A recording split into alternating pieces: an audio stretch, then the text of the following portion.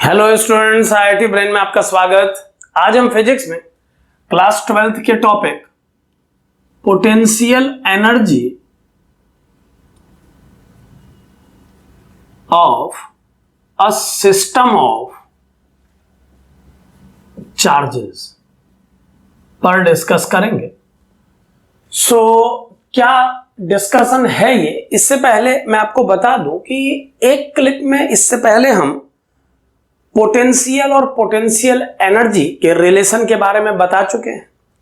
एक बार हम उस फॉर्मूले से स्टार्ट करेंगे जो हमने पोटेंशियल और पोटेंशियल एनर्जी के बीच में बनाया था। पहले आप उसे समझें। हम ये डिस्कस कर चुके हैं कि अगर किसी रीजन में प्रेजेंट इलेक्ट्रिक फील्ड में 2.1 और 2 के बीच का potential difference V1 minus V2 हो तो इस इलेक्ट्रिक फील्ड को जिस चार्ज ने भी डेवलप किया है या जैसे भी ये इलेक्ट्रिक फील्ड गवर्न हुआ है, जिस फील्ड में इन दोनों पॉइंट का पोटेंशियल इतना आया है, अगर उस फील्ड में किसी चार्ज पार्टिकल Q को एंटर कराया जाए तो जिस चार्ज ने ये फील्ड क्रिएट किया है या ये फील्ड जिन कारणों से भी क्रिएट हुआ है, आप इसे एक एक्सटर्नल फील्ड मान लें, तो इस फील्ड में इन दोनों पॉइंट के बीच में उस चार्ज की पोटेंशियल एनर्जी के डिफरेंस को कुछ इस तरह से दिया जाता है। अपनी पिछली क्लिप में हमने ये डिस्कस किया था कि अगर आप पोटेंशियल डिफरेंस को चार्ज से मल्टीप्लाई करें, उस टेस्ट चार्ज से जिसे 1 पॉइंट और 2 पॉइंट के बीच में मूव कराया जाएगा, तो 1 और 2 पोजीशन में इस फील्ड में इस चार्ज की पोटेंशियल एनर्जीज का डिफरेंस पोटेंशियल के डिफरेंस से पता लगाया जाता है। इस थीम को कंसीडर करते हुए आज हम पोटेंशियल एनर्जी कैलकुलेट करेंगे चार्जेस के सिस्टम की। तो कैसे ये होगा इसको समझें।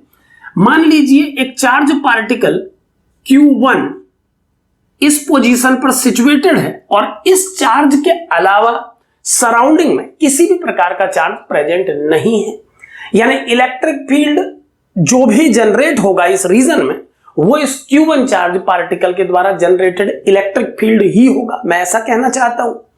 अब मान लीजिए एक दूसरा चार्ज पार्टिकल Q2 जो कि इनफाइनाइट में है, वो इनफाइनाइट पोजीशन से इस Q1 के द्वारा बनाए गए फील्ड में एंटर करना चाहता है और किसी पोजीशन तक हम उसको लाके रखना चाहते हैं। मान लीजिए उस चार्ज पार्टिकल को हम Q1 से R12 वेक्टर डिस्टेंस पर रखना चाहते हैं। हम जानते हैं कि इस चार्ज पार्टिकल Q1 के द्वारा बनाया गया इलेक्ट्रिक फील्ड स्फेरिकली डिस्ट्रीब्यूटेड होगा इसकी सराउंडिंग में, तो इनफाइनाइट पर इस इलेक्ट्रिक फील्ड की स्ट्रेंथ 0 होगी। ऐसी कंडीशन में जब ये Q2 चार्ज इनफाइनाइट पे था तो हम इस Q2 और Q1 के सिस्टम की पोटेंशियल एनर्जी को 0 डिफाइन कर रहे हैं। ऐसा हम इनफाइनाइट रेफरेंस पॉइंट को 0 पोटेंशियल का पॉइंट मानते हुए एसोसिएट कर रहे हैं। अगर इनफाइनाइट को 0 पोटेंशियल का प्लेस कंसीडर किया जा रहा है और इस पॉइंट के पोटेंशियल को V2 कंसीडर कर लिया जाए तो इस फॉर्मूले को यूज करने पर हम लिख सकते हैं पोटेंशियल एनर्जी U1। अब यहां पर आप ध्यान दें कि U1 तब की पोटेंशियल एनर्जी को लिखा जा रहा है जब Q2 चार्ज इनफाइनाइट पे था और Q1 इस पोजीशन पे सिचुएटेड था। जब ये दोनों का सेपरेशन इनफाइनाइट था उस समय की पोटेंशियल एनर्जी माइनस U2 लिखा जा रहा है उस पोटेंशियल एनर्जी को जब ये दोनों एक दूसरे के इतने करीब आ चुके हैं। इस पोटेंशियल एनर्जी का डिफरेंस होना चाहिए टेस्ट चार्ज जिसे मूव कराया जा रहा है into potential difference between the 2 points developed in this field due to Q1। यानी Q1 ने जो पोटेंशियल V1 के रूप में इनफाइनाइट पे बनाया, आपने उसे साइन कन्वेंशन में 0 डिफाइन किया है। नेक्स्ट लाइन में हम इसकी वैल्यू पुट करेंगे और V2 के रूप में हम उस पोटेंशियल को लिखेंगे जो इस Q1 ने उस पोजीशन पर बनाया जहां पर Q2 प्रेजेंट है। अब अगर मैं पहला कॉन्फ़िगरेशन उस केस को मानूं जब Q1 इस पोजीशन पर है और Q2 इनफाइनाइट पे है, और दूसरा कॉन्फ़िगरेशन उस पोजीशन को मानूं जब Q1 यहां पर है और Q2 इस पोजीशन पर है, तो इस 1 और 2 कॉन्फ़िगरेशन के बीच में सभी वैल्यूज पुट करने पर आपको आउटकम मिलेगा 0। हमने दोनों के इनफाइनाइट सेपरेशन के लिए पोटेंशियल एनर्जी को 0 डिफाइन किया है, और वहीं दूसरी ओर हमने इनफाइनाइट पोजीशन पर इस चार्ज के पोटेंशियल को 0 डिफाइन किया है। आप जानते हैं और अपने सभी क्लिप में हम ये बात बार बार बताते हैं कि इनफाइनाइट को एक रेफरेंस की तरह इस्तेमाल किया जा रहा है इन सभी केसेस में, और चूंकि इनफाइनाइट एक 0 पोटेंशियल का पॉइंट है, तो दो चार्जेस के इनफाइनाइट सेपरेशन के लिए हम एसोसिएटेड पोटेंशियल एनर्जी जो सिस्टम की होगी उसे 0 मान के बात कर रहे हैं। 0 माइनस U2 यानी इस पोजीशन की पोटेंशियल एनर्जी, इसे मैं एक नया नोटेशन दे रहा हूं, U12 यानी इन दोनों के सिस्टम की पोटेंशियल एनर्जी इस कंडीशन में इक्वल टू Q2 जो टेस्ट चार्ज इस प्रोसेस में इनफाइनाइट से यहां तक लाया जा रहा है, इंटू 0 माइनस V2। और आप जानते हैं कि इस Q1 चार्ज के कारण इस Q2 चार्ज की पोजीशन पर बनने वाले पोटेंशियल को V2 लिखा गया है, और हम ये प्रूफ कर चुके हैं अपनी पुरानी क्लिप्स में। आप देख सकते हैं उन क्लिप्स में जाके कि इस वैल्यू को 1/4 pi epsilon naught Q1 upon R12 लिखा जा सकता है। यहां पर R12 को इस R12 वेक्टर के मैग्नीट्यूड के रूप में लिया जा रहा है। अब अगर मैं इस माइनस साइन को कैंसिल करूं तो इन दोनों के सिस्टम की पोटेंशियल एनर्जी का वैल्यू जो आएगा उसे आप एक बार ध्यान से देखें, वो है 1/4 pi epsilon naught Q1 Q2 upon R12। यानी इतनी पोटेंशियल एनर्जी इन दो चार्जेस के सिस्टम के पास होगी, ये मानते हुए कि जब ये इनफाइनाइट सेपरेशन पे थे तो उस केस में इस कॉन्फ़िगरेशन की पोटेंशियल एनर्जी 0 थी। अब दो चार्जेस के सिस्टम की पोटेंशियल एनर्जी कैलकुलेट करने के बाद जब ये दोनों, मैं इसे यहां से हटा रहा हूं, जब ये दोनों इस पोजीशन पे सिचुएट हो चुके हैं, तो मैं तीसरे चार्ज पार्टिकल Q3 को इस स्पेस में लाना चाहता हूं। अब मान लीजिए इन दोनों के प्रेजेंट रहते हुए मैं किसी तीसरे चार्ज Q3 को इस स्पेस में एंटर कराता हूं, और मान लीजिए उसे भी मैं इनफाइनाइट से ला रहा हूं। तो अब ध्यान दें, अब इन दोनों के सिस्टम को एक कॉन्फ़िगरेशन मानते हुए अगर मैं इन दोनों के सिस्टम और इनफाइनाइट में रखे Q3 की पोटेंशियल एनर्जी को 0 डिफाइन करूं, यहां पर फिर ध्यान दें क्योंकि ये दोनों चार्जेस अपने चारों तरफ एक spherically symmetric electric field develop करेंगे, और चूंकि ये सिस्टम डेफिनेट चार्जेस से बना है, तो जैसा हम हमेशा बताते रहे हैं, इस केस के लिए इनफाइनाइट को एक 0 पोटेंशियल का पॉइंट माना जा सकता है। जब एक चार्ज लिया था तभी भी माना जा सकता था, और अब इस पेयर के लिए भी माना जा सकता है। तो इनफाइनाइट को 0 पोटेंशियल का प्लेस कंसीडर करते हुए इस कॉन्फ़िगरेशन और Q3 के बीच की पोटेंशियल एनर्जी को इनफाइनाइट सेपरेशन के केस में 0 जूल मानते हुए अगर मैं उस Q3 को इनफाइनाइट से उठा के इन चार्जेस की विसिनिटी में किसी पॉइंट पर लाकर रख दूं, कुछ इस तरह से कि ये डिस्टेंस वेक्टर बन जाए R13 वेक्टर, और ये डिस्टेंस वेक्टर बन जाए R23 वेक्टर। यहां पर ध्यान दें, इसे 90 डिग्री बनाने का हमारा कोई मकसद नहीं है। चित्र में कुछ एंगल्स दिख जाते हैं तो आप उन्हें इग्नोर करें। ये R13 वेक्टर है, ये R23 वेक्टर है। तो इस केस में इस सिस्टम की पोटेंशियल एनर्जी को कैलकुलेट करने के लिए अगर मैं सिमिलर फॉर्मूला एक बार फिर यूज करूं तो क्या आउटकम आएगा, एक बार ध्यान से देखें आप।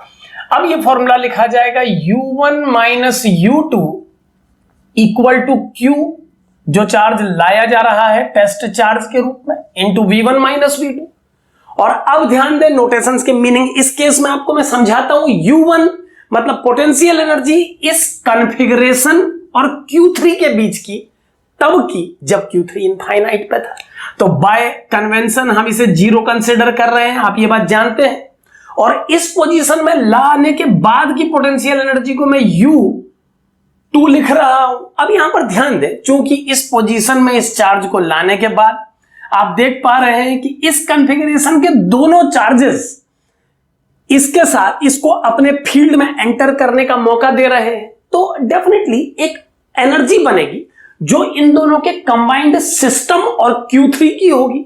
तो मैं इसे एक स्पेसिफिक नोटेशन देना चाह रहा हूं। आप यहां ध्यान से देखें मैं क्या नोटेशन दे रहा हूं। मैं इसे नोटेशन दे रहा हूं 1,2-3। अब इस नोटेशन को लिखने के बाद आप इस पुराने एक्सप्रेशन के नोटेशन को भी इसी फॉर्मेट में चेंज कर लें। ये पोटेंशियल एनर्जी थी 1 और 2 के बीच में, या डैश अगर माइनस जैसा लगता है, आपको कंफ्यूजन देता है, तो आप कॉमन नोटेशन यूज करें यहां पर भी और यहां पर भी। सो ये पोटेंशियल एनर्जी 1, 2 सिस्टम और 3 के बीच में डिफाइन की जा रही है। तो इसे होना चाहिए कमिंग चार्ज Q3 जिसे लाया जा रहा है इंटू V1 माइनस V2। और चूंकि कन्वेंशन के हिसाब से इस कॉन्फ़िगरेशन के कारण इनफाइनाइट पोजीशन पर पोटेंशियल को V1 बोला गया है, और हम जानते हैं इसे 0 डिफाइन किया जाना चाहिए। जब इस चार्ज Q3 को यहां लाया जाएगा तो उस पोजीशन पर पोटेंशियल की वैल्यू अब हमें पता करनी होगी, और वही वैल्यू V2 के प्लेस पे पुट की जानी चाहिए। आप जानते हैं कि इस कॉन्फ़िगरेशन के कारण इस Q3 पोजीशन पर जो पोटेंशियल होगा उसकी वैल्यू मैं लिख रहा हूं, आप ध्यान से देखें, वो होगी 1/4 pi epsilon naught Q1 upon R13 plus 1/4 pi epsilon naught Q2 upon R23। यहां पर R13 और R23 को मैग्नीट्यूड फॉर्म में लिया गया है, इन वेक्टर्स के मैग्नीट्यूड्स को पुट किया गया है। माइनस कैंसिल करने के बाद जो पोटेंशियल एनर्जी 1, 2 सिस्टम और थर्ड चार्ज के बीच में डेवलप होगी वो होगी 1/4 pi epsilon naught Q1 Q3। मैं Q3 को डिस्ट्रीब्यूट कर रहा हूं दोनों टर्म्स में, और यह आ जाएगा 1/4 pi epsilon naught Q1 Q3 by R13 plus 1/4 pi epsilon naught Q2 Q3 upon R23। इस तरह से इन दोनों के सिस्टम और थर्ड चार्ज के बीच की पोटेंशियल एनर्जी को दिया जा सकता है। अब अगर आप ध्यान से देखें तो यह टर्म Q2 की एब्सेंस में इन दोनों के सिस्टम की पोटेंशियल एनर्जी है, इनफाइनाइट सेपरेशन पर 0 को स्टैंडर्ड कंसीडर करते हुए, और जो ये Q2 Q3 वाला टर्म है ये इन दोनों के बीच की पोटेंशियल एनर्जी है, इसे यहां पर प्रेजेंट न मानते हुए तो मैं इन दोनों टर्म्स को लिख रहा हूं। ध्यान दें आप, इन्हें लिखा जा सकता है U1,3 प्लस U2,3, यानी इस कॉन्फ़िगरेशन की इस Q3 चार्ज के साथ जो पोटेंशियल एनर्जी है वो इन दोनों चार्जेस की इसके साथ बारी बारी से ली गई पोटेंशियल एनर्जी के सम के ही बराबर है। यानी जब ये 3 चार्जेस का सिस्टम बन जाएगा तो ये दोनों चार्ज का कॉन्फ़िगरेशन इसके साथ जो पोटेंशियल एनर्जी डेवलप करेगा वो इस Q1 की Q3 के साथ एनर्जी और Q2 की Q3 के साथ एनर्जी का सम होगा, दूसरे चार्ज को एब्सेंट मानते हुए। अब अगर मान लीजिए हमें इस कंप्लीट सिस्टम की पोटेंशियल एनर्जी लिखनी हो, तो आप जानते हैं कि ये पोटेंशियल एनर्जी इस कॉन्फ़िगरेशन और इस चार्ज की है, और अभी एक कॉम्बिनेशन बाकी है जो इन दोनों के बीच में डेवलप हो रहा है। अगर मैं उस पोटेंशियल एनर्जी को भी शामिल करूं जो इन दोनों के बीच में डेवलप हो रही है, तो उस पोटेंशियल एनर्जी को 1/4 pi epsilon naught Q1 Q2 upon R12 हम देख पा रहे हैं। इस सिस्टम की नेट पोटेंशियल एनर्जी लिखी जा सकती है U net equal to U between 1 and 2, U between 2 and 3 and U between 3 and 1। इस तरह से इस सिस्टम की नेट पोटेंशियल एनर्जी को U12 plus U23 plus U31 के रूप में लिखा जा सकता है। किसी सिस्टम की नेट पोटेंशियल एनर्जी उस सिस्टम में बनने वाले सभी कॉम्बिनेशंस की एनर्जी का सम है। यहां पर ध्यान दें, इस कॉन्फ़िगरेशन की इसके साथ एनर्जी बोलना और इस सिस्टम की पोटेंशियल एनर्जी बोलना, ये दोनों बातें अलग अलग हैं। इस सिस्टम की पोटेंशियल एनर्जी में सभी कॉम्बिनेशन शामिल होंगे, जबकि इस कॉन्फ़िगरेशन की अगर इसके साथ पोटेंशियल एनर्जी लिखी जाए तो वो पोटेंशियल एनर्जी केवल इतनी लिखी जाएगी। ऐसे ही आप समझें कि इन तीनों का सिस्टम बन जाने के बाद अगर किसी चौथे चार्ज पार्टिकल Q4 को एंटर कराया जाए इस प्रकार कि इसकी डिस्टेंसेस R14, R24 और R34 हों इन प्रीवियस 3 चार्जेस के साथ, तो आप समझ सकते हैं कि अब इस सिस्टम की इस चार्ज के यहां आने के बाद पोटेंशियल एनर्जी इस चार्ज के साथ, यानी इस सिस्टम और इस चार्ज की पोटेंशियल एनर्जी को लिखा जाएगा U123,4 equal to U between 1 and 4 plus U between 2 and 4 plus U between 3 and 4। यहां पर मैंने इसे डायरेक्ट लिख दिया है क्योंकि आप समझ सकते हैं मैंने सिंगल कॉन्फ़िगरेशन और डबल कॉन्फ़िगरेशन पे इसे जस्टिफाई किया। ठीक ऐसे ही जब आप ट्रिपल कॉन्फ़िगरेशन के साथ चौथे पार्टिकल को इन्वॉल्व करते तो आप लिखते 0 minus U123,4 equal to Q4 into 0 minus, और इस प्लेस पर जो टर्म आप लिखते वो होता इस पॉइंट का पोटेंशियल तीनों के कारण, और वो होता 1/4 pi epsilon not Q1/R14 plus 1/4 pi epsilon not Q2/R24 plus 1/4 pi epsilon not Q3/R34। सो इस तरह से उस कंप्लीट एक्सप्रेशन को सॉल्व करके 3 टर्म बनते और वो तीनों टर्म यही होते।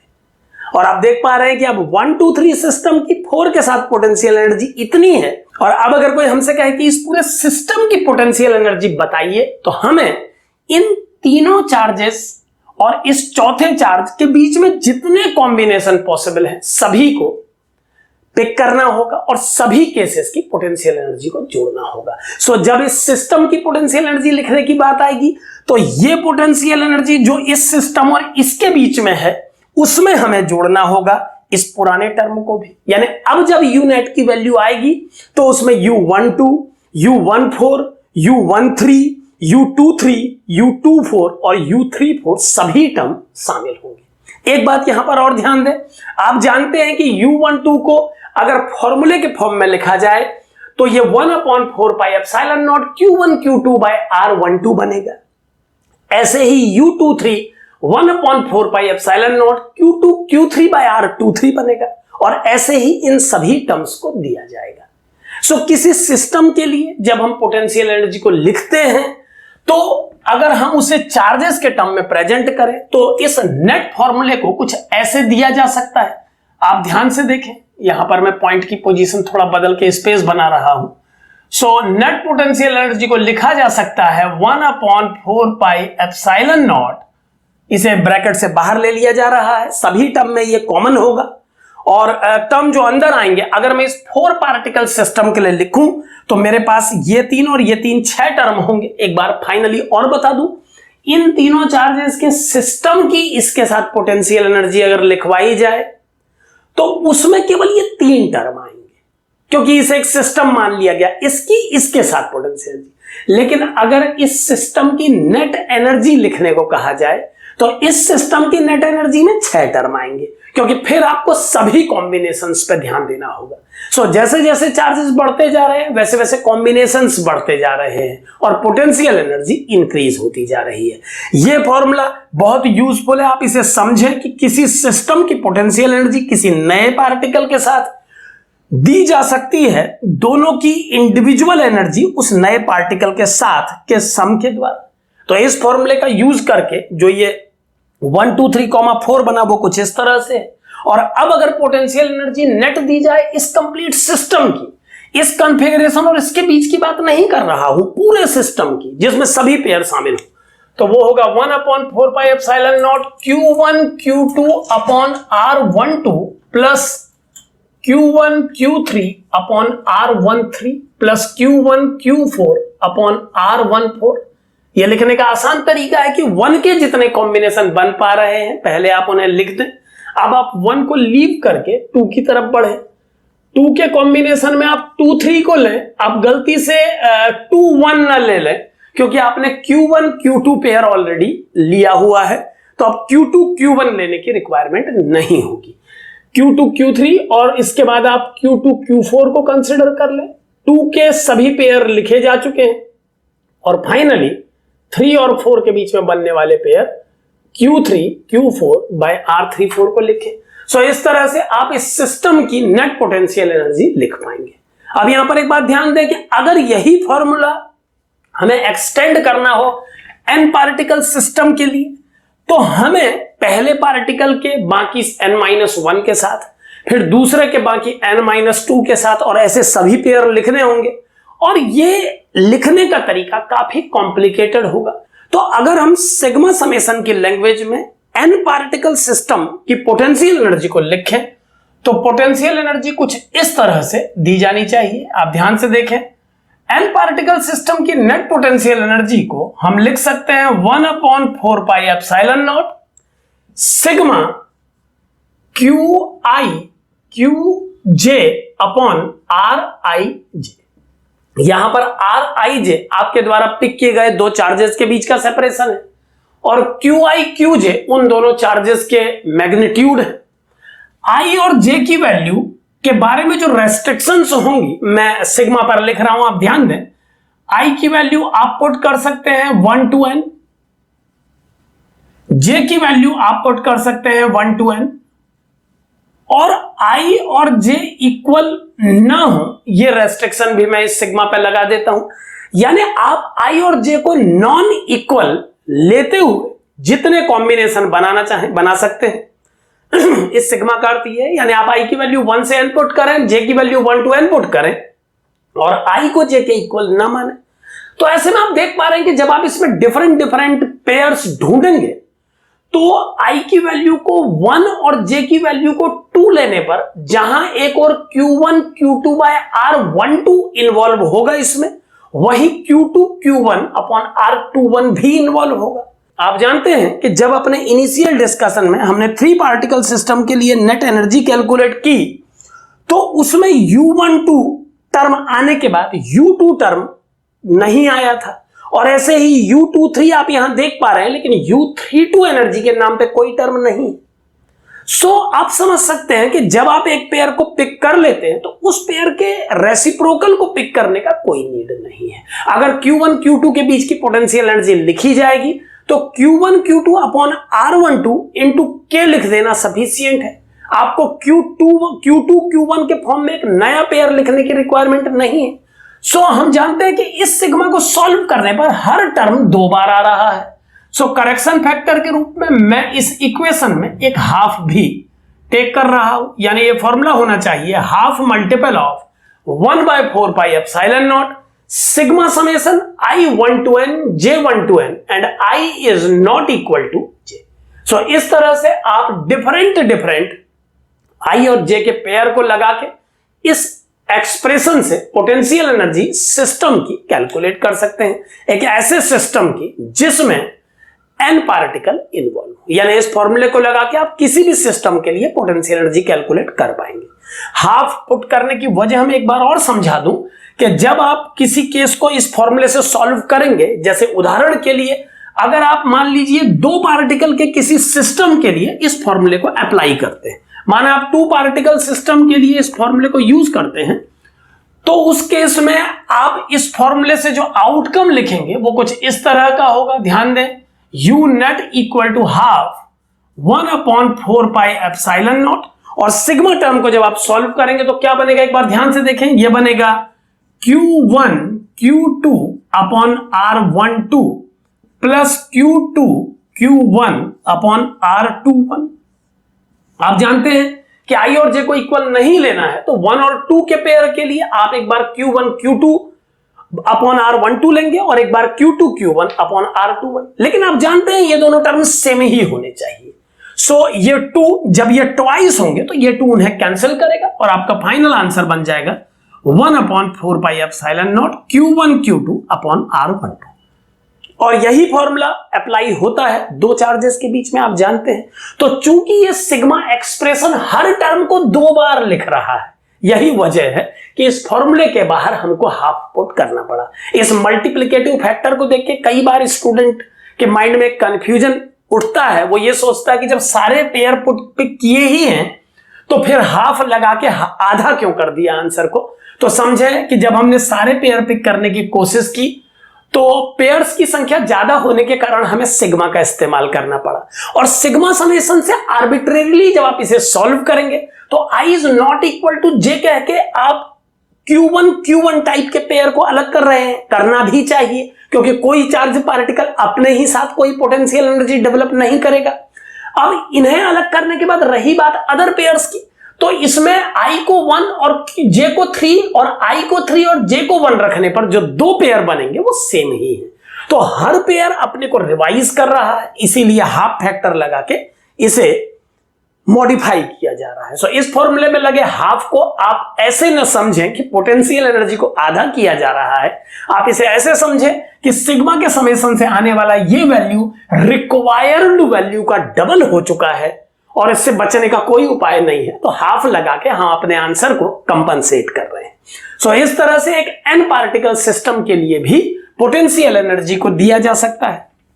अब मान लीजिए एक दूसरे केस को आप सॉल्व करना चाहते हैं जिसमें एक इलेक्ट्रिक फील्ड में एक चार्ज पार्टिकल एंटर करता है। इस केस में हमने मल्टी पार्टिकल सिस्टम पर बात की। मल्टी पार्टिकल सिस्टम पे ही एक केस और उठ सकता है, लेकिन उसको रिप्रेजेंट करने का मेथड थोड़ा डिफरेंट होगा। आप ये मान लें कि इस रीजन में एक इलेक्ट्रिक फील्ड डेवलप्ड है जिसकी वैल्यू किसी पोजीशन r पर E r वेक्टर है।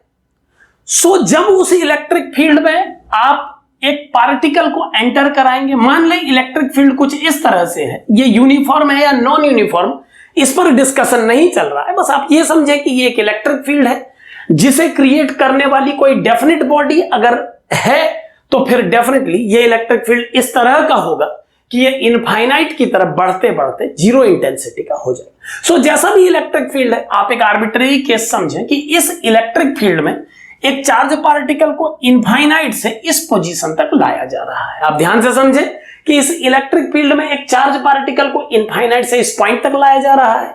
इलेक्ट्रिक फील्ड को एक चार्ज पार्टिकल से एसोसिएटेड आप अपने माइंड में मान सकें, इसके लिए मैं एक काम करता हूं, इस इलेक्ट्रिक फील्ड को कुछ इस तरह से क्रिएट कर देता हूं ताकि आपका माइंड ये बात एक्सेप्ट कर ले कि ये किसी डेफिनेट बॉडी के द्वारा बनाई गई इलेक्ट्रिक फील्ड लाइंस है और वो बॉडी पॉजिटिवली चार्ज्ड है। हालांकि पिछले केस को भी बोला जा सकता था, बट ठीक है, ज्यादा माइंड मेकअप रहेगा तो आप ज्यादा समझ पाएंगे। मान लें ये इलेक्ट्रिक फील्ड लाइंस है जो इस तरह से इनफाइनाइट की ओर बढ़ रही हैं, इनका यूनिफॉर्म और नॉन यूनिफॉर्म होना मैटर नहीं करता है, इसीलिए मैंने आर्बिट्रेरीली इन्हें डेवलप किया है। अब मान लीजिए इस इलेक्ट्रिक फील्ड में आप एक चार्ज पार्टिकल को इनफाइनाइट से इस पोजीशन P तक लाते हैं, तो ध्यान से समझें कि इनफाइनाइट से जब आप इस चार्ज पार्टिकल को इस पोजीशन तक लाएंगे तो हम जानते हैं कि इस इलेक्ट्रिक फील्ड के डिफरेंट पॉइंट्स पर पोटेंशियल का वैल्यू डिफरेंट होगा। सो इस पॉइंट पर पोटेंशियल को 0 मानते हुए अगर मैं इस पॉइंट पर पोटेंशियल को V1 कंसीडर करूं और इन दोनों पॉइंट के बीच में पोटेंशियल और पोटेंशियल एनर्जी के बेसिक रिलेशन जिसे हम अभी तक इस्तेमाल कर रहे थे उसका यूज करूं, तो स्टैंडर्ड फॉर्मूले के अनुसार हम लिख पाएंगे U1 minus U2 equal to Q V1 minus V2। अब आप ध्यान से समझें कि पिछले केस में दो चार्जेस थे, एक फील्ड बना रहा था और दूसरा उसमें एंटर कर रहा था। इस केस में हम एक बने बनाए फील्ड की बात कर रहे हैं। हम एक इलेक्ट्रिक फील्ड में किसी चार्ज पार्टिकल को एंटर कराना चाहते हैं और इस पोजीशन पर लाके सिचुएट करना चाहते हैं। हम ये मान के चल रहे हैं कि इनफाइनाइट जीरो पोटेंशियल का प्लेस है। तो अगर मैं इस फॉर्मूले में वैल्यूज पुट करूं और ये मान लूं कि इस इलेक्ट्रिक फील्ड की इंटेंसिटी इनफाइनाइट पोजीशन पर 0 है, या चूंकि हमने इनफाइनाइट को जीरो पोटेंशियल का प्लेस कंसीडर किया है, तो इस इलेक्ट्रिक फील्ड मैं इस पार्टिकल के इनफाइनाइट सेपरेशन वाली पोजीशन को जीरो पोटेंशियल एनर्जी की सिचुएशन मानते हुए अगर मैं इस फॉर्मूले में वैल्यूज पुट करूं तो हमें क्या मिलेगा। देखें, U1 यहां पर प्रेजेंट कर रहा है पोटेंशियल एनर्जी।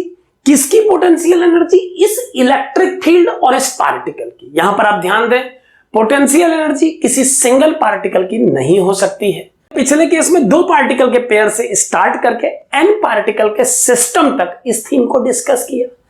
इस केस में हम केवल एक सिंगल पार्टिकल को इनफाइनाइट से इलेक्ट्रिक फील्ड में ला रहे हैं, यहां पर कोई दूसरा पार्टिकल प्रेजेंट नहीं है। तो कई बार स्टूडेंट के दिमाग में यह बात उठती है कि सर आप कहते थे कि सिंगल पार्टिकल के लिए तो डिफाइन नहीं किया जा सकता है, बट आप इस केस में डिफाइन करने की कोशिश कर रहे हैं। तो ध्यान देने की जरूरत है कि पिछले केस में जो पार्टिकल प्रेजेंट था वो इलेक्ट्रिक फील्ड क्रिएट कर रहा था जिसमें दूसरा चार्ज पार्टिकल इनफाइनाइट से एंटर करेगा, लेकिन इस केस में एक इलेक्ट्रिक फील्ड ऑलरेडी क्रिएटेड है। सो चूंकि इलेक्ट्रिक फील्ड बना हुआ है और उसमें चार्ज पार्टिकल को एंटर कराया जा सकता है, और चूंकि उस इलेक्ट्रिक फील्ड के प्रेजेंस के कारण डिफरेंट डिफरेंट पॉइंट का पोटेंशियल डिफरेंट डिफरेंट है, तो हमें किसी दूसरे पार्टिकल की रिक्वायरमेंट नहीं है। यानी ये पोटेंशियल एनर्जी इस अकेले चार्ज पार्टिकल की नहीं है जो इनफाइनाइट से आएगा, ये पोटेंशियल एनर्जी इस इलेक्ट्रिक फील्ड और उस चार्ज पार्टिकल के सिस्टम की है। आप ऐसे भी माइंड मेकअप कर सकते हैं कि इस इलेक्ट्रिक फील्ड को क्रिएट करने वाला भी तो कोई चार्ज सिस्टम ही होगा, तो ये पोटेंशियल एनर्जी उस चार्ज सिस्टम जिसने इस फील्ड को क्रिएट किया और इस चार्ज पार्टिकल के बीच की है जो इनफाइनाइट से आने वाला है। सो अगर हम इस सिस्टम की पोटेंशियल एनर्जी को लिखने की कोशिश करें उस केस में जब ये चार्ज पार्टिकल इलेक्ट्रिक फील्ड में इस पोजीशन तक आ चुका है, तो इस इलेक्ट्रिक फील्ड में जब वो पार्टिकल इनफाइनाइट पे था उस सिचुएशन में सिस्टम की पोटेंशियल एनर्जी को जीरो मानते हुए अगर इस एक्सप्रेशन को लिखा जाए तो क्या बनेगा देखें।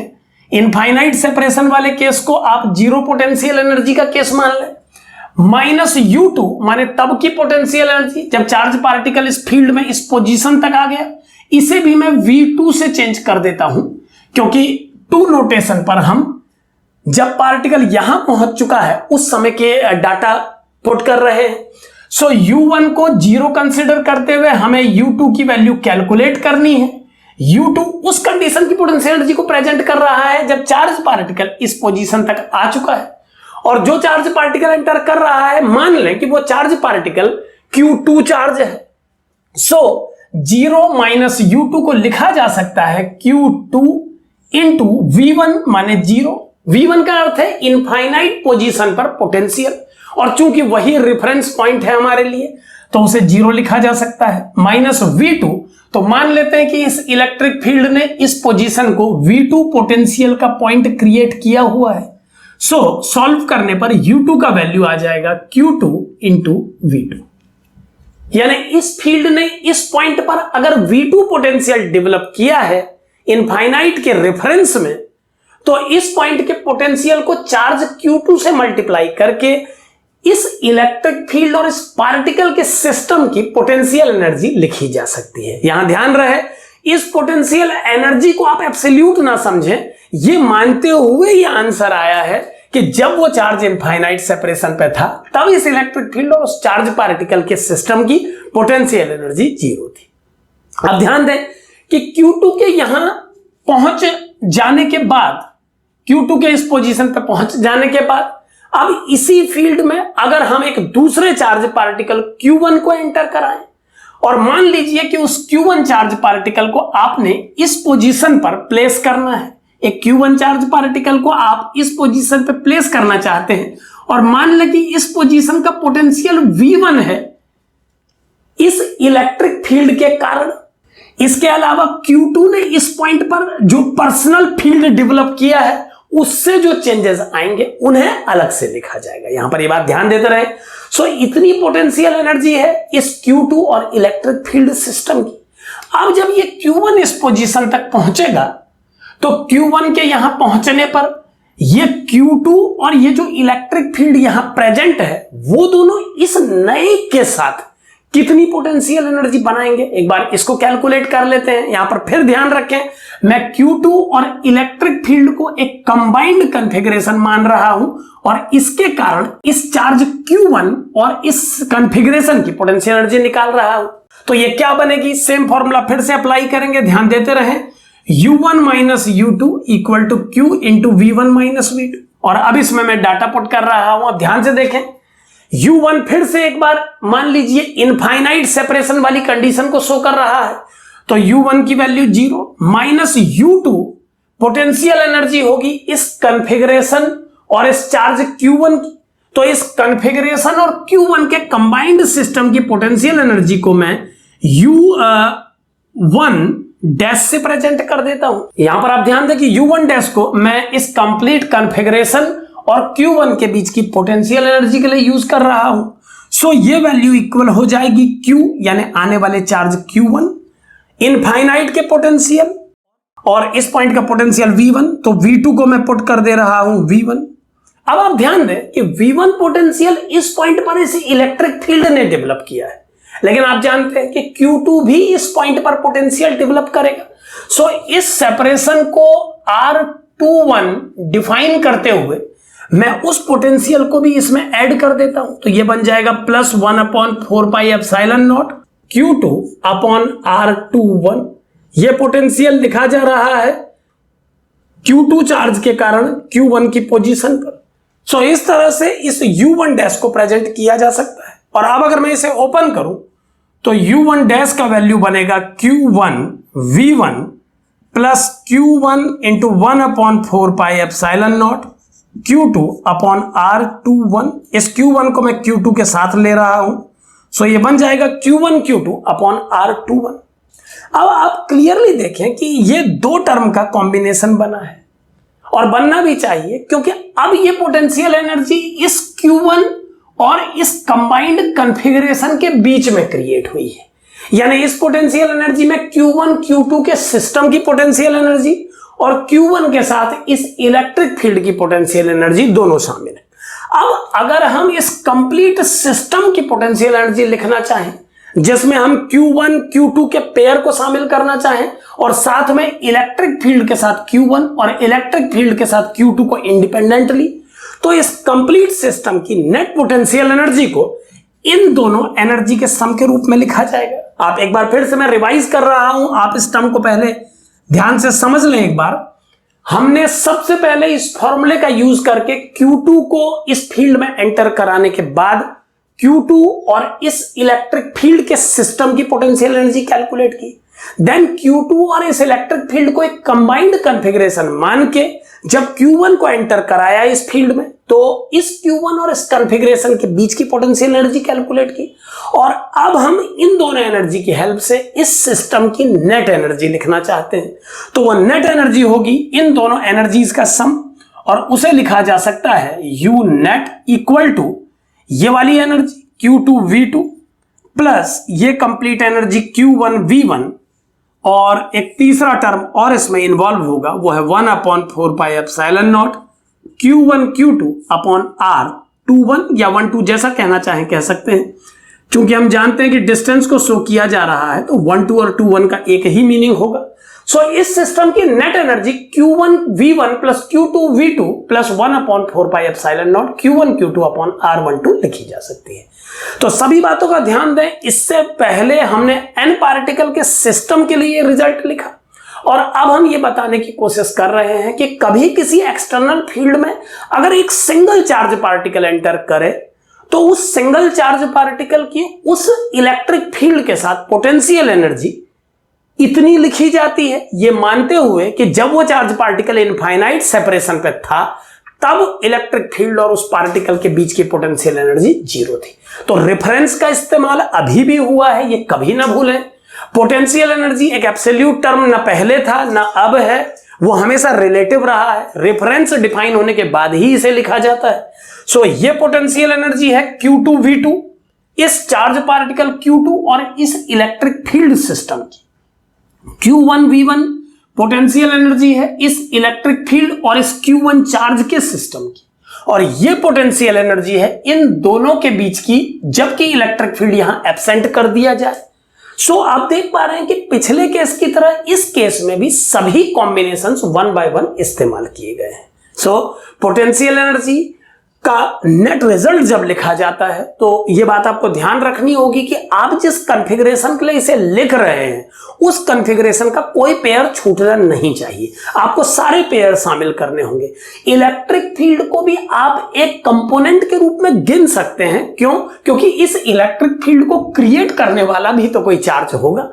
तो जब हम इलेक्ट्रिक फील्ड की बात करते हैं तो हम ये मान लेते हैं कि वो एक एक्सटर्नल फील्ड है, बट ध्यान से अगर सोचा जाए तो वो भी किसी चार्ज पार्टिकल के द्वारा क्रिएटेड फील्ड ही है। सो अगर हम यहां पर इलेक्ट्रिक फील्ड की बात करते हैं तो हम एक चार्ज पार्टिकल की प्रेजेंस की ही बात करते हैं। ऐसे में अगर इस फील्ड की Q2 के साथ पोटेंशियल एनर्जी इतनी लिखी जाती है तो कोई स्टूडेंट ये समझने की गलती ना करे कि सर आपने तो सिंगल पार्टिकल की पोटेंशियल एनर्जी डिफाइन कर दी। ऐसा नहीं समझें। क्यों? क्योंकि मैंने जो पोटेंशियल एनर्जी डिफाइन की है वो चार्ज पार्टिकल और फील्ड के बीच की है, और फील्ड को भी किसी पार्टिकल ने क्रिएट किया है। सो इनडायरेक्टली अगर सोचा जाए तो ये भी एक सिस्टम की ही पोटेंशियल एनर्जी होगी। सो अगर किसी इलेक्ट्रिक फील्ड में दो चार्ज पार्टिकल प्रेजेंट हो तो यहां पर भी आप तीन कॉन्फ़िगरेशन को बनता हुआ देखें, और एन पार्टिकल सिस्टम में कैसे आपको करना हो वो आप समझते हैं। सो इस तरह से किसी भी केस में एक सिस्टम के लिए पोटेंशियल एनर्जी को आप डिफाइन कर पाएंगे। Thank you.